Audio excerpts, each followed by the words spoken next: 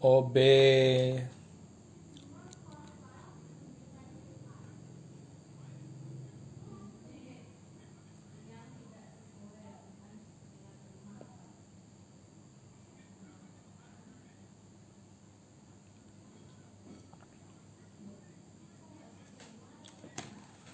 Oke, halo teman-teman. Selamat malam. Mantap.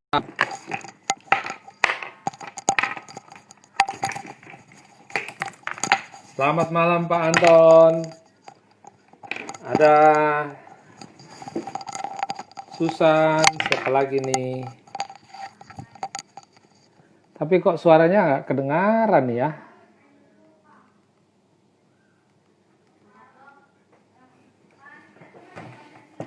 Oke, selamat malam teman-teman semua. Kami punya acara spesial khusus dari DPA DKI GBI, khusus pada malam hari ini kita mengambil sebuah tema bicara mengenai soal ketaatan, dan kita akan mengundang narasumber khusus, tokoh yang luar biasa di Gereja Bethel Indonesia untuk membicarakan mengenai ketaatan. Nah, sebelum kita membicarakan tema tentang ketaatan ini, saya akan memberikan pendahuluan sedikit kepada teman-teman sekalian bahwa semua orang pastikan mengharapkan anak-anaknya bisa jadi penurut, ya, khususnya orang tua. Nah, kenyataannya setiap anak itu tidak sama. Dan inilah salah satu yang dikeluhkan oleh banyak orang tua. Ya, salah satunya karena dianggap anak tidak menuruti apa yang menjadi kehendak mereka. Saya tidak tahu masalahnya ada di mana. Apa mungkin salah satu pemicu persoalannya karena di masalah komunikasi. Nah, saya ada seorang anak menceritakan bahwa dia dianggap sebagai anak yang memberontak. Dia cerita ke saya nih. Dia cerita ke gua, anak ini cerita dianggap sebagai anak pemberontak. Dianggap oleh papanya sebagai anak yang tidak taat, tidak menuruti kehendak papanya. Lalu dia berkata gini, "Kak, saya ini kan bukan pemberontak sebenarnya. Ya.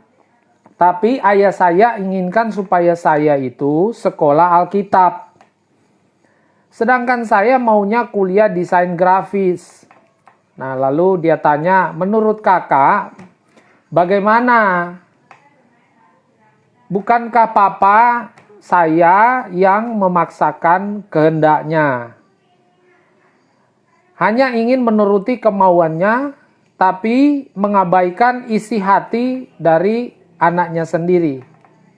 Nah, gara-gara anaknya tidak menuruti apa yang diinginkan oleh papanya itu, maka anak ini dianggap dilabel sebagai anak yang tidak patuh, anak yang tidak taat, dianggap anak yang suka berontak.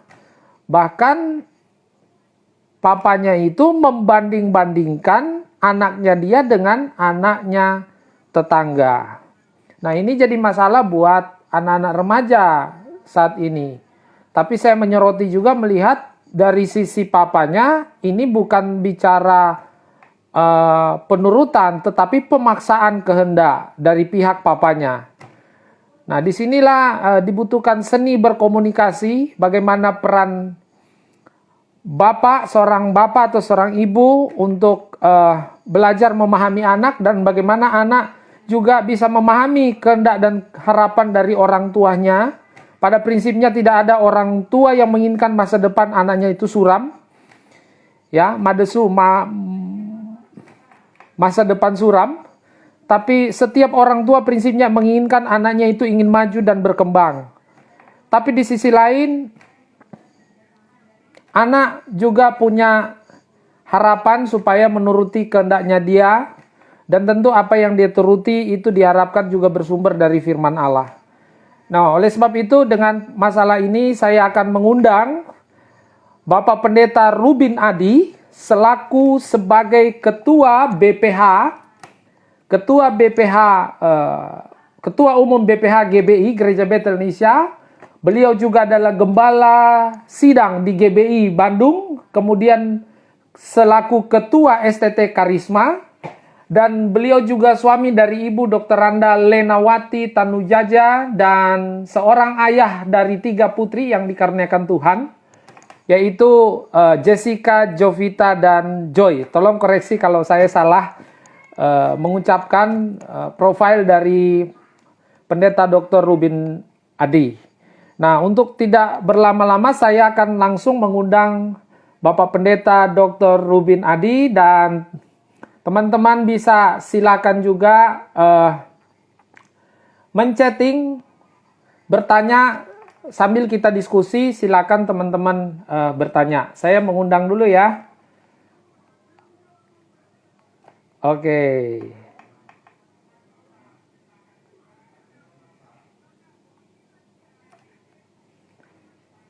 Oke, saya lagi menunggu untuk mengundang Pendeta Dr. Rubin Adi. Tapi teman-teman, saya kira sebelum kita mulai diskusi ini yang sangat menarik menurut saya, dan saya akan kesaksian sedikit mengenai latar belakang saya. Dulunya saya narkoba, anak yang bandel, tidak lulus SMP, hanya lulus SD. Tapi bisa ya, saya saat ini dikaruniakan oleh anugerah Tuhan, saya mencapai gelar doktor teologi dan kuliah ambil magister manajemen di Budi Luhur. Dan itu semua karena anugerah Tuhan. Saya akan kesaksian sedikit. Saya juga termasuk anak yang berontak. Bapak Pendeta Rubin Adi. Mantap. Oke, ini dia yang kita tunggu-tunggu. Bapak Pendeta Rubin Adi. Selamat malam, shalom Pak. Terima kasih atas kesediaan Bapak bisa hadir, meluangkan waktu di tengah kesibukan. Dan kami sangat berterima kasih, apresiasi yang luar biasa buat Bapak yang mau memberi perhatian bagi kita, khususnya di DPA GBI DKI. Mantap, maju terus, tetap sehati. Pak, oke, sebelum kita mulai, kita satu dalam doa Pak ya. Mari kita berdoa teman-teman. Kami bersyukur malam hari ini Tuhan, atas kasih dan anugerah-Mu, sehingga kami bisa berdiskusi, sharing satu sama yang lain di tengah situasi yang mungkin kurang kondusif, tetapi kami percaya penyertaan dan pemeliharaan Tuhan luar biasa dalam hidup kami. Malam hari ini kami akan berbicara mengenai sharing tentang ketaatan, arti ketaatan sendiri menurut pandangan Alkitab. Dan secara khusus di sini ada hamba-Mu Pendeta Dr. Rubin Adi, yang akan men-sharingkan, membagikan pengalaman-pengalaman beliau dan pemahaman beliau, sehingga diharapkan bagi anak-anak muda yang mendengarkan akan hal ini diberkati oleh Tuhan. Terpujilah nama-Mu, dalam nama Tuhan Yesus Kristus kami telah berdoa dan bersyukur. Haleluya. Amin. Oke, jadi begini Pak Rubin, saya tadi sudah ada pemberdahuluan, saya kesaksian, jadi ada seorang anak datang ke saya, kemudian bilang begini, Kak, masa saya disebut sebagai anak pemberontak oleh papanya, hanya gara-gara anaknya itu dipaksa oleh papanya, bukan dipaksa, diinginkan oleh papa sekolah Alkitab, tapi anaknya maunya kuliah desain grafis. Mulai sejak itu papanya mulai melabel dia sebagai anak pemberontak. Anak yang tidak menuruti, anak yang tidak tidak taat kepada orang tua. Lalu dia sharekan, dia bilang begini, Kak, saya masa dianggap tidak taat cuman gara-gara tidak menuruti apa yang menjadi kemauan papa. Jadi antara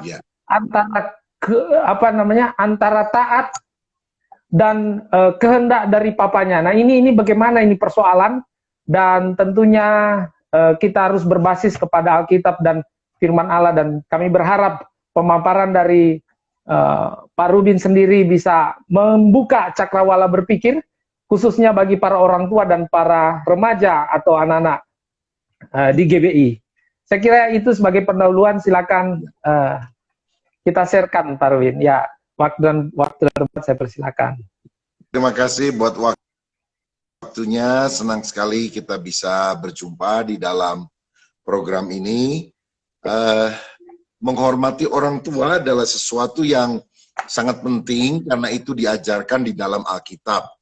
Kalau saya baca di dalam 10 perintah Tuhan, Ulangan 5 ayat 16, dikatakan bahwa hormatilah ayahmu dan ibumu supaya lanjut umurmu dan berbahagia engkau, ya.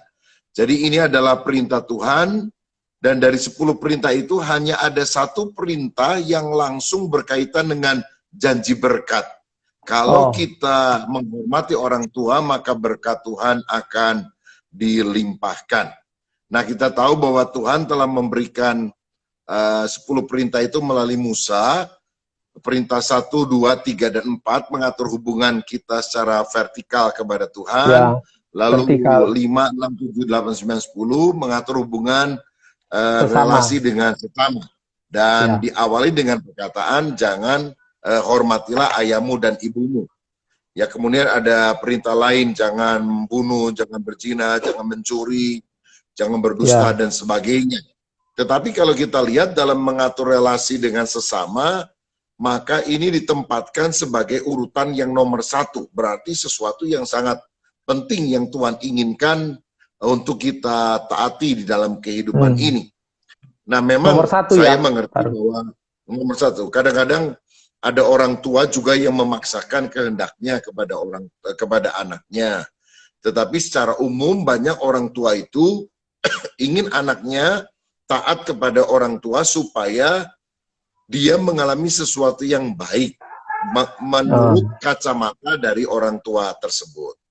Nah, jadi sejauh itu adalah hal-hal yang tidak melanggar firman Tuhan, sesuatu yang tidak prinsip yang langsung bertentangan, ya kita harus belajar mengikuti tuntunan orang tua. Memang kalau langsung diperhadapkan pada sesuatu yang mengarahkan pada jalan kehidupan, yang penting di sini adalah kita bisa berdiskusi dengan baik-baik.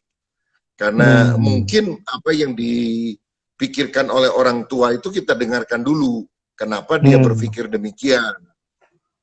Misalnya kalau orang, apalagi kalau orang tuanya bukan orang Kristen atau sudah Kristen tapi tidak sungguh-sungguh yakin bahwa menjadi hamba Tuhan adalah panggilan utama bagi anaknya.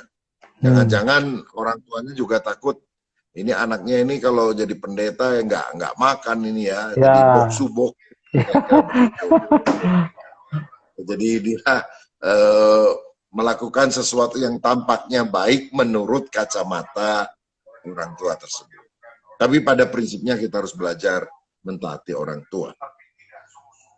Oke, jadi tadi sudah didahului dengan Ulangan 5 ayat 16. Jadi teman-teman bicara ketaatan itu adalah nomor 1. Hal yang paling prinsip. Tetapi penting juga di sini ketika baik pihak anak dan pihak orang tua bisa punya saling pemahaman, Pak Rubin ya, kurang lebih begitu ya. Artinya ada diskusi, ada saling komunikasi di dalamnya, sehingga tidak ada misunderstanding ya. Kurang lebih seperti itu ya. Ya, betul. Nah, saya juga punya pengalaman dari seorang rekan yang pernah cerita begini, bahwa dia itu memang dari sejak kecil itu selalu ribut terus dengan ayahnya. Ayahnya itu orang yang keras kepala dan satu arah kalau ngomong, tidak mau dibantah. Sampai akhirnya sering konflik, udah tamat SMA juga, udah minggat dari rumah lah, tidak mau balik ke rumah orang tuanya, begitu. Dia masuk ke perguruan tinggi juga usaha sendiri, tidak mau minta uang dari orang tuanya dan sebagainya. Tapi kemudian satu kali dia menyadari setelah dia lulus, mau bekerja apapun rasanya udah untung, rugi lagi. Udah terbuka jalan, ambruk lagi. Berkali-kali demikian. Sampai akhirnya dia ngobrol sama salah satu temannya. Saya ini heran nih, kok bangkrut terus, susah terus, usaha nggak ada majunya, maju sedikit gagal lagi. Lalu tiba-tiba temannya itu yang sebetulnya nggak terlalu tahu tentang masalah dia dengan orang tuanya. Dia bilang, hubungan kamu dengan orang tuamu gimana? Waduh, Hmm. saya sih kalau bicara sama orang tua nggak bagus. Nah, mungkin itu kuncinya. Oh, Karena kalau saya, temennya ini kan suka ke gereja. Kebetulan si anak ini mungkin karena keras hati dan sebagainya juga jarang lah ke gereja begitu. Lalu dia bilang kalau di Alkitab itu diajarkan kita hormat sama orang tua, panjang umur, diberkati oleh Tuhan. Tapi kalau tidak, berkat-berkat akan terhambat. Nah, jadi walaupun masuknya itu cukup lama, dia juga nggak terlalu langsung menerima hal tersebut. Tapi akhirnya dia berusaha berdamai dengan orang tuanya karena temannya ini terus mengajak ke gereja melalui firman, dia juga mulai mengerti kebenaran sampai akhirnya satu kali dia balik tuh ke tempat orang tuanya. Nah, orang tuanya juga keras, begitu anaknya pulang udah bertahun-tahun, bukannya senang dia bilang, oh tumben lu ya masih ingat ya sama gua ya. Nah, waduh, dimaki-maki malah. Waduh, dia emosi sekali, tapi dia pikir, aduh, saya harus udah jadi orang Kristen, saya harus belajar taat lah. Jadi oh, akhirnya dia minta maaf atau apa. Lama-lama papanya juga agak lunak, mesti berkali-kali datang ke rumah papanya. Akhirnya karena melihat anaknya berubah, orang tuanya juga mulai lebih komunikatif, dan sejak itu dia bilang hidupnya dibukakan jalannya oleh Tuhan. Jadi kita lihat saya memang oke. ya ketaatan ini sangat penting.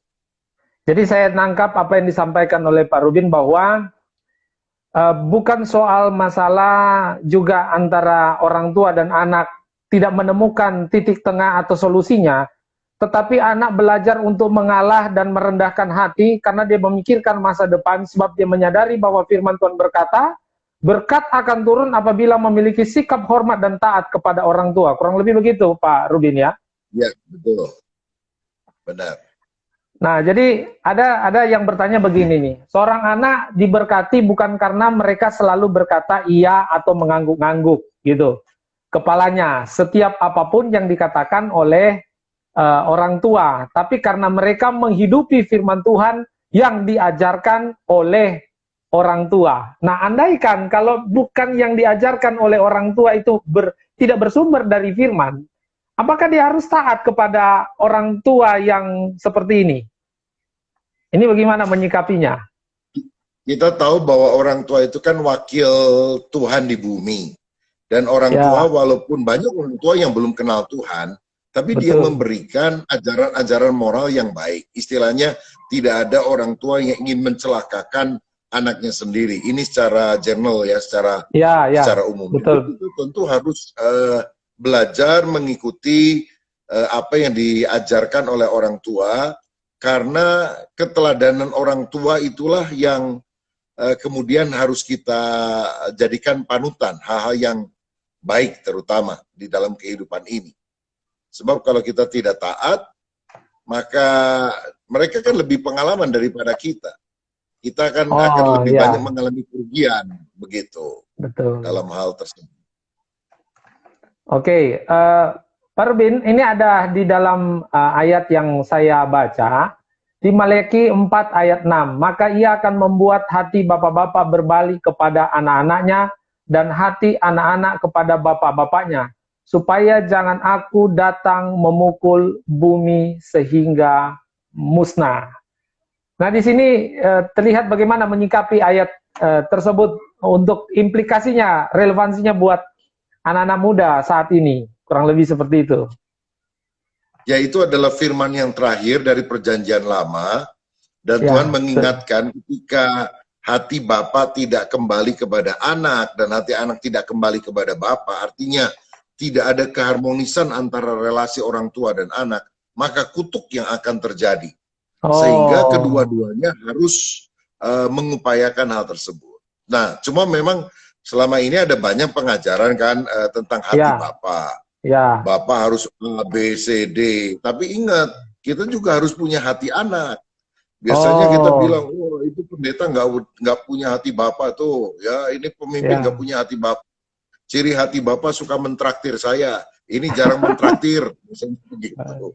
Nah, salah. tapi sebetulnya kita juga harus punya hati anak, hati yang taat, hati yang rela diajar, hati yang lembut, dan hal-hal semacam itulah yang sungguh-sungguh akan membukakan pintu berkat Tuhan. Karena kalau kita lihat dalam Efesus 6 itu kan ada dua kata, taatilah orang tuamu dan hormatilah dia. Ya, Nah, betul. selama anak ada di dalam bimbingan orang tua, dia harus taat. Taat itu adalah bentuk lahiriah yang kita harus kerjakan, nurut.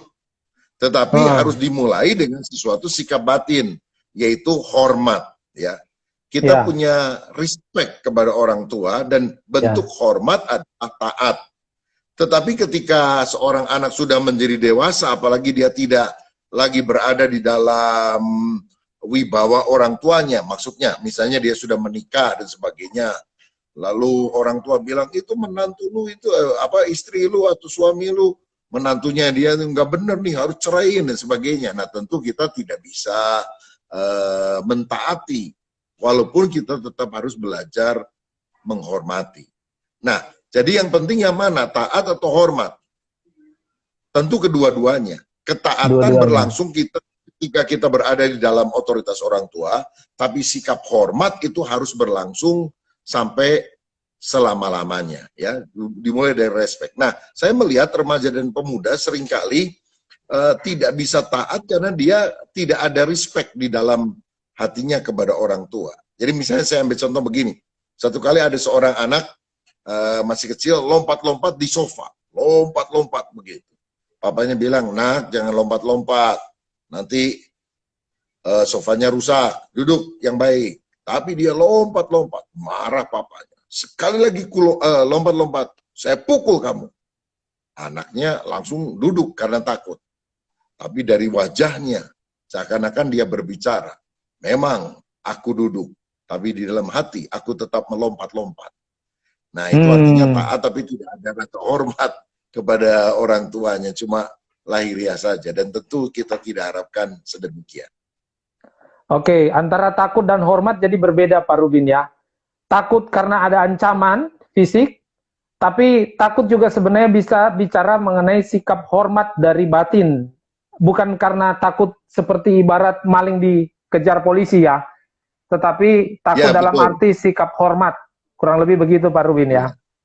Nah, kitab juga kan berkata, takutlah akan Tuhan, bukan berarti ketakutan. Kalau kita takut kepada singa, kita menjauhi singa. Tapi kalau kita takut sama Tuhan, kita mendekatkan diri kepada Tuhan. Karena itu respect, hormat kepada dia. Saya kesaksian sedikit Pak Rubin. Dulu saya hanya SMP gagal, SMA tidak lulus, dan sempat kena narkoba.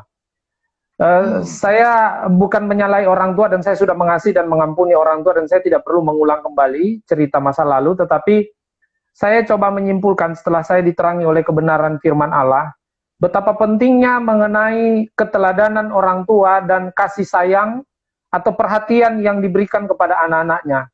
Karena kalau kurang perhatian, perhatian itu tentu bukan selalu identik dengan kemanjaan, tetapi didasari juga dengan hukum kasih dan kedisiplinan.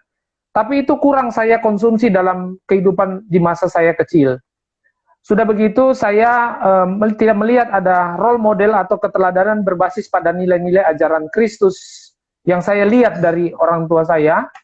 Dan pada akhirnya juga pengaruh karena lingkungan. Pengaruh lingkungan akhirnya saya mencari coba mungkin kasih sayang di luar karena saya tidak menemukan figur ayah dan kasih sayang seorang ibu. Dan akhirnya saya coba mencari kepuasan di luar dengan berbagai pergaulan bebas, dan akhirnya saya jatuh dalam hal narkoba. Saya mau bertanya, apakah memang kunci anak itu taat karena faktor memang sudah dasarnya karakter kepribadiannya sejak dia punya gen memang sudah seperti itu? Atau karena memang dia lihat orang tuanya menjadi role model dan acuan sehingga anak itu bertumbuh sehat dan dia menjadi anak yang taat? Kira-kira bagaimana menyikapi hal ini terkait dengan kesaksian saya sendiri ya? Ketaatan itu sebuah pilihan sebetulnya. Jadi kita diperhadapkan pada kehidupan atau kematian kalau Musa pernah berkata kepada orang Israel. Karena itu dia bilang taatilah kepada Tuhan, perintah Tuhan, karena itu akan membawa pada kehidupan dan bukan kematian. Tapi di sini kita juga melihat memang bahwa sikap seorang anak sangat tergantung daripada perilaku daripada orang tuanya. Tetapi orang tua seringkali sangat keras, kasar, tidak terbuka, karena dia juga mendapatkan perlakuan yang tidak baik dari orang tuanya, dari kakek atau neneknya. Sehingga ini seperti lingkaran setan yang harus diputuskan. Dan kelahiran baru akan memberikan jalan keluar, sehingga kita sungguh-sungguh ingin memasuki sebuah kehidupan yang berkenan ke Tuhan. Dibandingkan terus dengan kepahitan, kebencian, karena kita juga tidak menerima kasih dari orang tua. Tapi kalau saya bisa memberikan masukan begini, terutama remaja ya, saya melihat remaja itu biasanya memiliki sifat yang selalu ingin berantem dengan orang tuanya. Karena ada 3 fase dalam kehidupan manusia. Pertama, ketika dia masih anak, dia akan melihat orang tuanya itu seperti Tuhan. Apa saja benar. Mana lebih baik, atau lebih itu usia hebat, berapa itu, Pak? Itu usia berapa? Range usia? Usianya itu antara usia 1 sampai 6 tahun ya? Lebih, misalnya sebelum masa remaja. Pada umumnya 1 sampai dia 12. masih ya taat kepada orang tuanya, menghormati. Kamu mau seperti siapa? Saya mau seperti mama. Ya, jagoannya adalah papanya. Mana lebih hebat, papa atau Superman? Papa, begitu ya. Tapi ketika masih masa remaja, dia melihat orang tua bukan lagi seperti Tuhan, seperti setan. Jadi apa saja yang dilihat itu selalu konflik begitu. Karena remaja pada intinya dia ingin bebas dan dia tidak mau taat kepada otoritas. Dan otoritas yang terbesar dalam hidupnya yang dia pikir ingin ngatur-ngatur hidupnya adalah orang tuanya. Dianggap seperti setan. Tetapi semakin dia dewasa, maka dia akan berubah dan melihat orang tuanya seperti manusia. Kalau manusia itu punya kelebihan dan punya kekurangan. Nah, usia berapa? Ini tergantung dari kedewasaan. Sebab Anaknya bisa sendiri saja, ya kedewasaan dari anaknya tersebut. Misalnya dia udah pemuda, bahkan masuk usia menikah dan sebagainya. Tapi jiwanya tetap kekanak-kanakan, tetap menganggap orang tuanya seperti setan. Tapi ketika kita dicelikan oleh Tuhan, terutama ketika kita mengalami kelahiran baru, kita akan sadar, iya ya, orang tua saya itu memang manusia. Yang ada kelebihannya tapi juga ada kekurangannya. Dan saya harus belajar untuk menerima. Jadi tergantung dari fase kita. Masih tetap ingin melihat orang tua sebagai Tuhan, atau sebagai setan, atau yang paling tepat, orang tua sebagai manusia.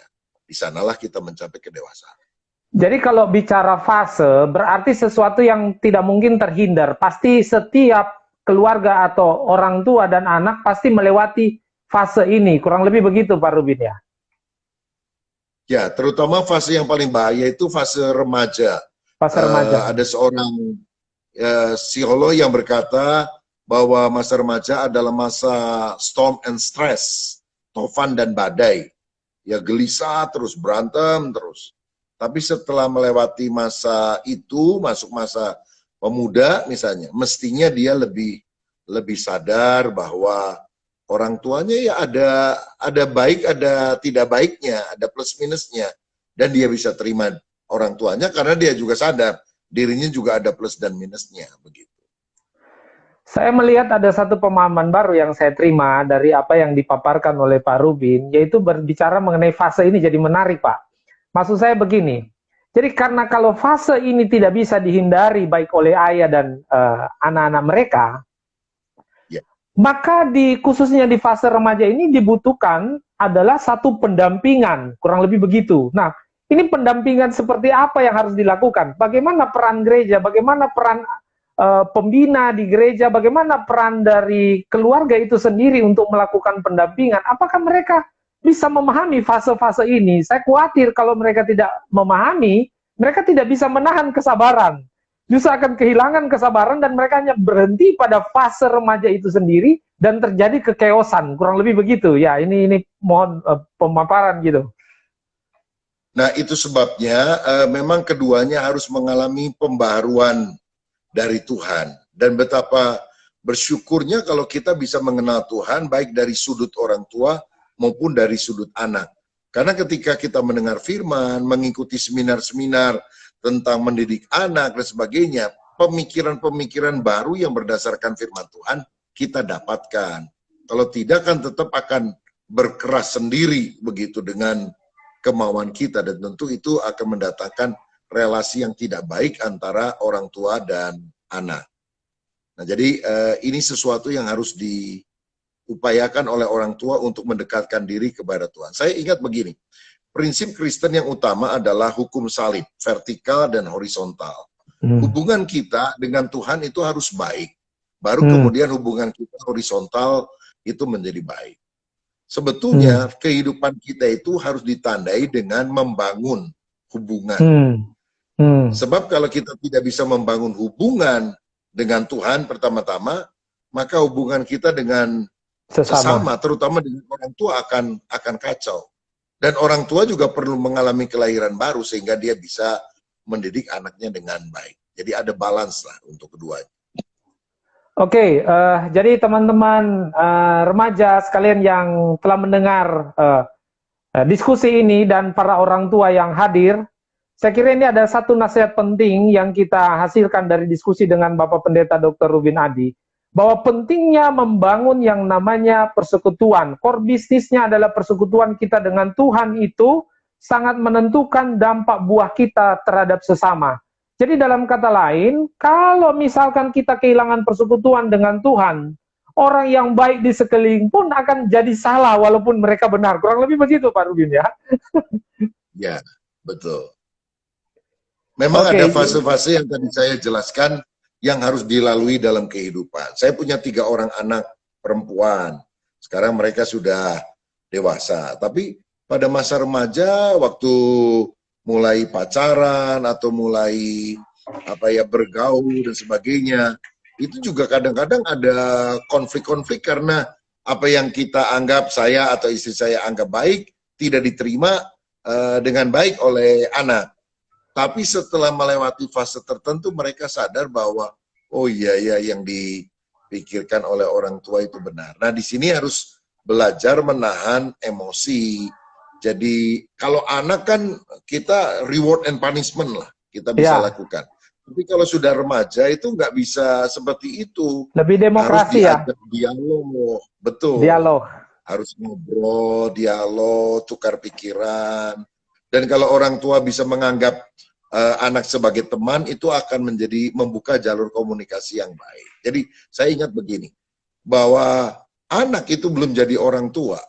Anak belum pernah jadi orang tua, tapi orang tua pernah jadi anak. Jadi mestinya orang tua yang ada di dalam Tuhan juga harus belajar merendahkan diri seperti Tuhan Yesus sudah merendahkan diri, masuk ke dalam dunia anak sehingga dia bisa membawa dunia anak itu kepada dunia dia. Seringkali Pak Rubin begini, ini kata maaf. Orang tua yang sudah salah kadang-kadang sulit untuk inisiatif lebih dulu untuk maaf kepada anak. Karena dia menganggap dia sebagai orang tua, punya kewibawaan yang tinggi yang tidak tergantikan posisinya. Tapi seringkali saya melihat sebenarnya kata maaf itu tidak selalu harus identik dengan salah. Maaf itu hanya membangun sebenarnya komunikasi dengan anak. Nah, ini seringkali jadi problem. Ini sulit diperoleh, dan anak-anak merasa ya mereka mengeluh kesahkan keberadaan mereka kurang lebih dengan orang tua mereka. Betul, setuju. Dan kita harus sadar banyak orang tua seperti itu karena dia adalah produk masa lalu dari orang tuanya lagi yang memang modelnya sedemikian. Bahwa rantai. Orang tua itu tidak bisa salah gitu. Dan inilah yang akan menyebabkan relasi itu menjadi tidak baik. Karena itulah saya melihat ketika orang tua itu benar-benar ada di dalam Tuhan, bukan hanya sekedar ke gereja ya, bukan hanya sekedar jadi Kristen, tapi benar-benar dalam Tuhan dan firman Tuhan ada di dalam dia, berubah hidupnya. Banyak orang tua yang dulu sangat kasar begitu, setelah ada di dalam Tuhan, dia bisa adakan mesbah doa keluarga, dia bisa bimbing anak-anaknya, dan anak-anaknya bersaksi, papa saya dulu itu kayak setan. Mendingan dia ada di luar rumah daripada dia ada di dalam. Tapi sekarang setelah ada di dalam Kristus, kehadiran orang tua itu sangat direspek, dihargai oleh anak-anak. Wah, ini jadi satu hal yang sangat menarik. Jadi mengarah percakapan kita ini kepada orang tua ya. Ada satu pernyataan seorang Romo bilang begini, tidak ada anak yang nakal, yang sulit itu sebenarnya orang tua. Itu bagaimana, Pak Rubin? Orang tuanya ya. Memang pertobatan itu harus dimulai dari orang tuanya. Oke, Orang karena tua. waktu kita berjalan terus, sudah masuk pada pukul 20.30, kita harus ending, Pak Rubin, close artinya kesimpulan di pukul 20.45, tapi kita masih punya waktu 15 menit. Oleh sebab itu mungkin teman-teman yang ada yang lagi live bersama kami saat ini, silakan Anda bisa chat, bertanya apa saja terkait dengan tema pada malam hari ini, bicara mengenai ketaatan. Dan mumpung ada Pak Rubin di sini, tapi jangan keluar dari konteks ya, tolong bertanyalah setulus hati ya, jangan tanya kayak orang Parisi begitu menjebak, tapi pertanyaan yang setulus hati yang betul-betul Anda harapkan dapat jawaban yang terbaik sehingga memberkati kita semua pada malam hari ini. Silakan teman-teman sekalian. Saya akan coba tanya, baca-baca satu-satu. Sejauh mana seorang anak taat pada orang tua jika orang tuanya egois, temperamen, dan kurang bertanggung jawab? Bagaimana sebaiknya respon anak? Ini dari Pak Kak Roy ini yang bertanya ini. Bagaimana nih menyikapinya, Pak? Ya, saya hubungkan dengan Roma 13, seorang bahwa kita sebagai rakyat harus tunduk kepada pemerintah yang ada di atasnya. Nah, konteks waktu itu kan Rasul Paulus berbicara kepada orang-orang Kristen, sikapnya kepada pemerintah Romawi yang ada, yang galak, yang tidak kenal Tuhan dan sebagainya. Ya. Nah, jadi sikap hormat itu adalah sebuah hukum yang Tuhan perintahkan kepada kita yang akan mendatangkan berkat untuk kita ketika kita melakukannya. Tentu kita tidak bisa menunggu orang tua itu sempurna, apalagi kalau dia belum di dalam Tuhan. Ya kita harus tidak mudah, secara teori memang gampang, tapi dalam prakteknya sulit. Tapi kalau kita hormat sama orang tua, pasti ada jalan keluar yang Tuhan akan berikan. Mungkin saya kasih satu kesaksian ya. Saya pernah dengar gini, ada 6 orang bersaudara, kebetulan orang ini anak yang terakhir, anak bungsu. Dan mereka bukan dari keluarga Kristen, ini keluarga Tionghoa yang penyembah latar belakang penyembah berhala begitulah.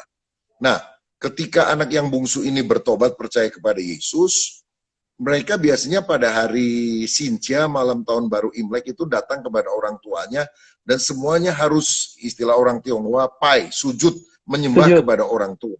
Nah, dari anak 1, 2, 3, 4, 5, kan semuanya seperti biasa, seperti gitu. Nah, anak yang ke-6 ini pikir, dia sayang orang tua, dia menghormati orang tua, walaupun dia udah jadi Kristen, tapi dia sadar penyembahan itu hanya untuk Tuhan. Dan orang tuanya kan galak begitu.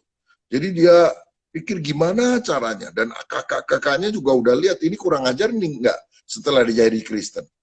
Tuhan memberikan hikmat, ketika dia dekati orang tua, dia bilang, Papa, Mama, selamat tahun baru ya. Lalu dia peluk, cium orang tuanya, lalu dia kasih angpau. Ya, kasih itu berkat uang buat orang tuanya. Orang tuanya senang sekali. Ini anak paling hormat. Yang lain cuma tunduk-tunduk saja. Ini kasih berkat buat saya, katanya. Nah, jadi kita melihat intinya ketika anak juga tetap menaburkan benih yang baik, akhirnya orang tuanya juga diselamatkan. Akhirnya seluruh keluarga, termasuk orang tuanya, bertobat dan dibaptis. Wah, ini menarik. Ini menarik. Jadi teman-teman sekalian, ya, tahan emosimu, tahan amarahmu. Justru kalau engkau melihat orang tuamu kurang menjadi teladan, engkau harus berdoa. Justru disinilah kunci di mana kita sebagai anak-anak harus menunjukkan sebagai garam dan terang. Tunjukkan bahwa kamu adalah orang percaya dan berpikir jauh ke depan, bahwa kepentingan untuk hal ini bukan hanya kepentingan untuk diri sendiri, tapi ada kepentingan bermisi. Kurang lebih Pak Rubin begitu ya. Bermisi untuk memenangkan orang tua kita. Nah, Jadi ini teman-teman sekalian, jadi ini satu nasihat dari pemimpin kita, bagaimana belajar itu taat, tetapi bagaimana juga kita harus belajar memikirkan pentingnya ketaatan itu bukan hanya untuk diri sendiri, tapi bagaimana ini berdampak bagi sesama. Itu sebabnya dari tadi kita sudah mengawali percakapan dengan Pak Rubin. Pak Rubin selalu memberikan penekanan mengenai mesbah dalam persekutuan bersama dengan Tuhan. Kalau itu miss, maka hubungan dengan sesama pun akan menjadi chaos. Jadi baik orang tua dan baik pun anak harus membangun mesbah persekutuan dengan Tuhan. Terutama mungkin orang tua harus lebih banyak inisiatif, apalagi harus menjadi imam mengajak anak-anak untuk bersekutu, baik dalam aktivitas baca Alkitab, baik aktivitas berdoa, dan tentu memperagakan firman Tuhan itu di dalam kehidupan keluarga sehari-hari. Saya kira ini ada pertanyaan penting, Pak Rubin, terkait dengan yang namanya kompensasi atau konversi. Ya, pertanyaan saya ini dari Simon Purba. Pertanyaan saya, orang tua kadang memberi kasih sayang sama anaknya hanya diberi dengan uang. Nah, ini bicara apa nih? Ya, sebetulnya bentuk kasih itu lebih dari sekedar pemberian uang. Disinilah kita juga melihat bahwa orang tua harus pemikirannya terbuka. Gary Chapman itu pernah mengarang sebuah buku The Five Love Language, 5 bahasa kasih. Cinta, ya.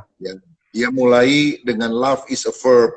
Kasih itu adalah kata kerja, jadi harus dinyatakan dalam tindakan.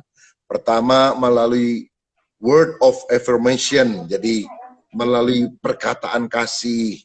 Kedua melalui perbuatan kasih.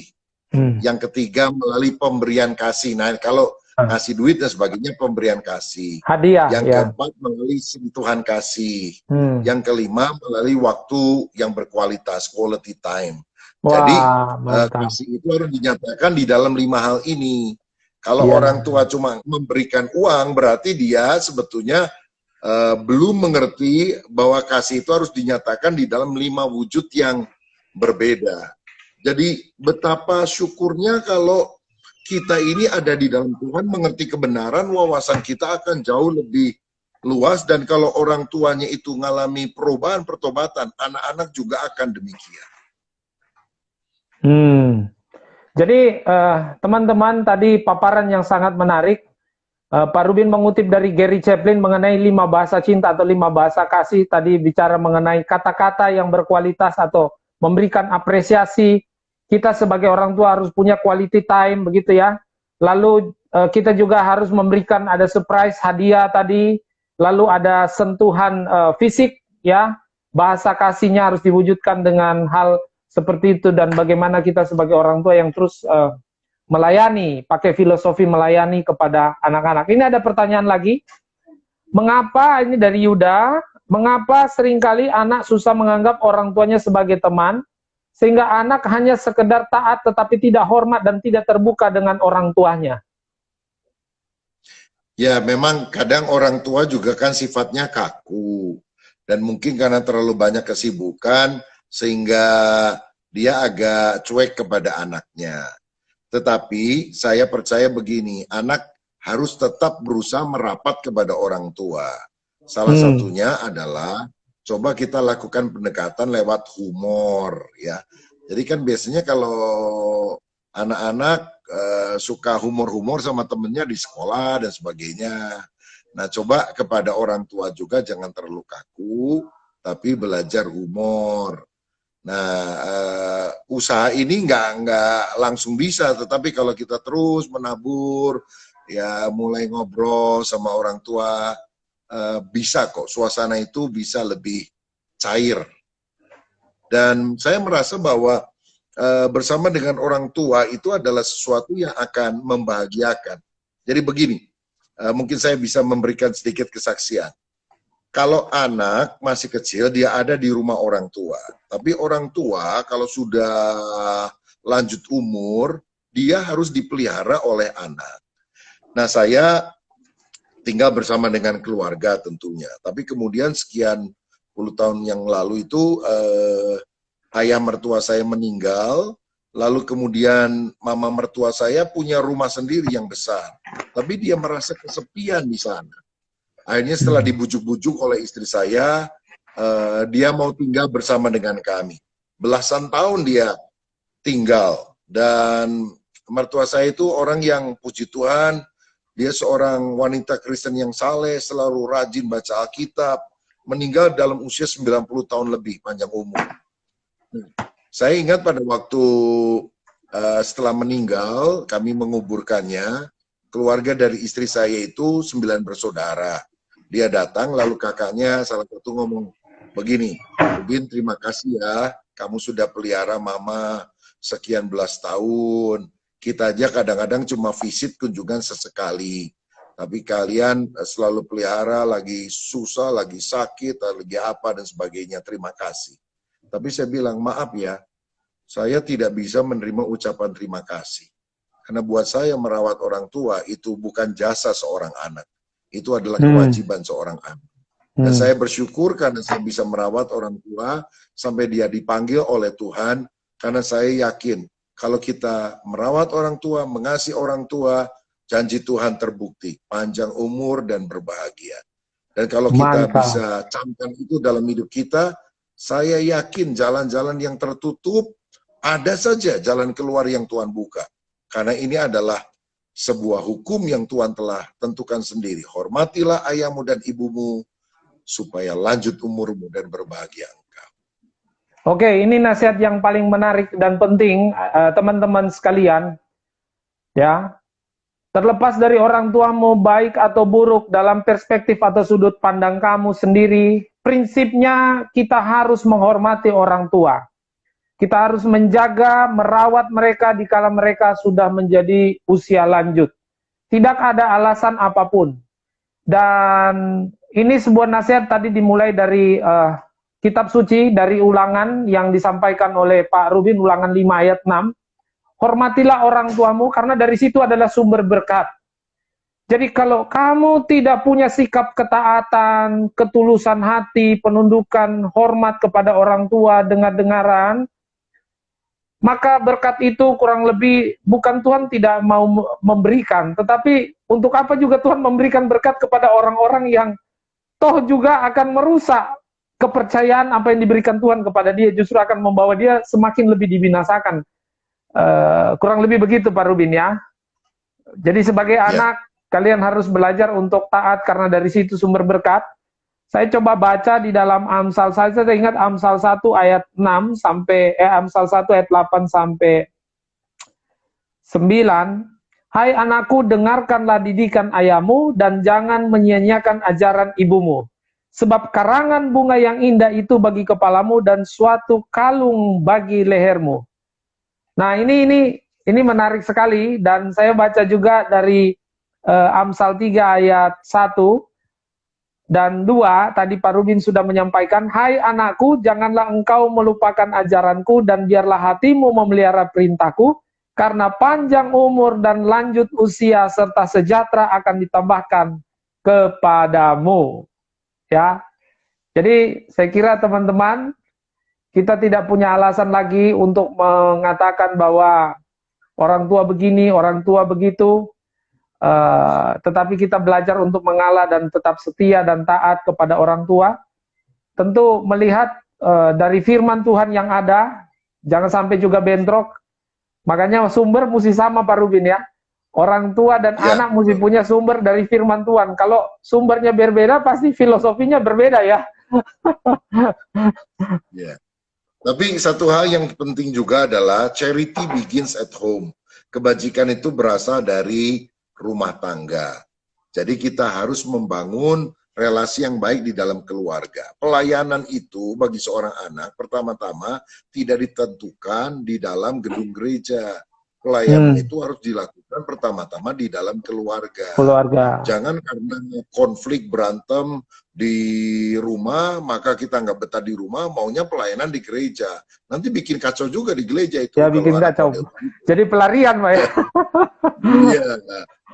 Jadi anggap orang tua yang mungkin keras, bahkan belum belum kenal Tuhan, mama yang cerewet dan sebagainya, itu adalah tempat di mana kita harus melayani. Secerewet apapun ketika anaknya tunduk, hormat, dan orang tua bisa melihat perubahan karakter, nggak cemberut, nggak menjengkelkan dan sebagainya, dia akan makin menyayangi anak tersebut. Dan dengan demikian kita akan menjadi murid Kristus kalau kita saling mengasihi satu dengan yang lain. Jadikanlah Mantap. keluarga ladang pelayanan.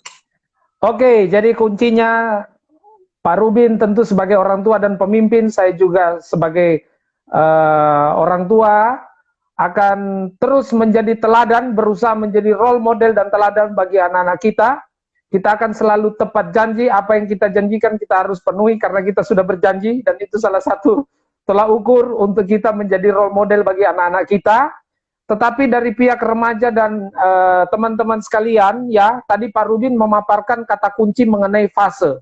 Fase remaja itu tidak bisa dihindari. Jadi kalau kamu konflik dengan orang tua saat ini, Anda sebaiknya berdamai atau mengalah saja, pikir panjang ke depan, dan mungkin bahasa kita itu adalah cooling down.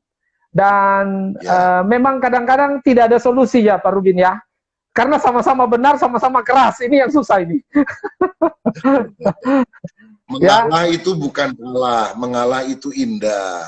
Ya, ketika kita berada di bawah otoritas, belajar mengalah. Saya lihat salah satu contohnya adalah mengenai masalah pacar. Biasanya anak-anak itu, anak remaja pemuda mulai pacaran, karena apa? Dia melihat pacarnya itu sesuatu dengan warna yang mungkin pink, warna yang berbunga-bunga. Orang tua melihat dengan warna yang lebih clear, lebih jelas begitu. Sehingga kadang-kadang dianggap orang tua itu menghambat, menghalangi, tidak ngerti perasaan hatinya. Pada orang tua lihat ini kerja apa ini ya? Kok pengangguran ini? Dekati anak saya. Wah, kasih makan apa? Kan sebetulnya pemikiran orang tua kan baik. Normal. Cuma anak kan masih berbunga-bunga, waduh segala macam cinta. Kalau anak orang tua kan bilang nggak bisa cinta makan cinta. Jadi perbedaan pandangan begitu. Ya. Jadi ini perbedaan hanya sudut pandang. Oke, Pak Rubin, saya kira karena waktu kita sudah terbatas, kita sudah habis waktunya. Sekali lagi kami appreciate, sangat berterima kasih kepada Pak Rubin yang telah meluangkan waktu bagi kami, bagi seluruh DPA DKI, dan saya kira ini bukan cuma lokal saja, tapi seluruh Indonesia ikut hadir. Saya lihat ada dari daerah-daerah yang ikut juga hadir, dan sampai mencapai 128 yang view untuk malam hari ini, dan pecah rekor luar biasa. Terima kasih Pak Rubin buat kehadirannya. Dan mungkin Pak Rubin bisa tutup di dalam doa bagi kita semua. Doakan kita anak-anak muda, khususnya DPA DKI dan seluruh DPA GBI yang Indonesia tetap maju dan jaya dan terus menjadi teladan. Amin. Haleluya. Silakan Pak Rubin mendoakan. Bapak, kami bersyukur untuk bincang-bincang kami pada malam hari ini. Tuhan berkati Pak Doni yang sudah menjadi hamba-Mu yang memandu acara ini. Dan setiap anak-anak Tuhan yang mengikuti acara ini dimanapun berada, khususnya DKI Jakarta, Tuhan juga berkati, sehingga kami juga hidup makin hari makin berkenan kepada Tuhan. Hamba berdoa kalau ada sesuatu yang tidak baik antara orang tua dan anak, kami mohon pemulihan Tuhan kerjakan. Pemulihan Bapak Tuhan. Kembali kepada anak, hati anak kembali kepada Bapak.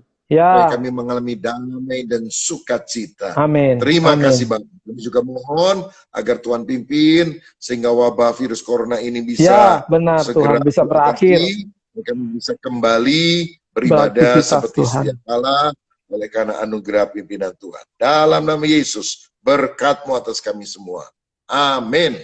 Amin. Mungkin Pak Rubin sekali ada nasihat satu kalimat saja untuk kemajuan DPA DKI. Kurang lebih apa nih Pak Rubin? Buat kita semua. Jadilah anak muda yang kreatif bagi Tuhan dengan hati yang sungguh-sungguh mencintai Dia.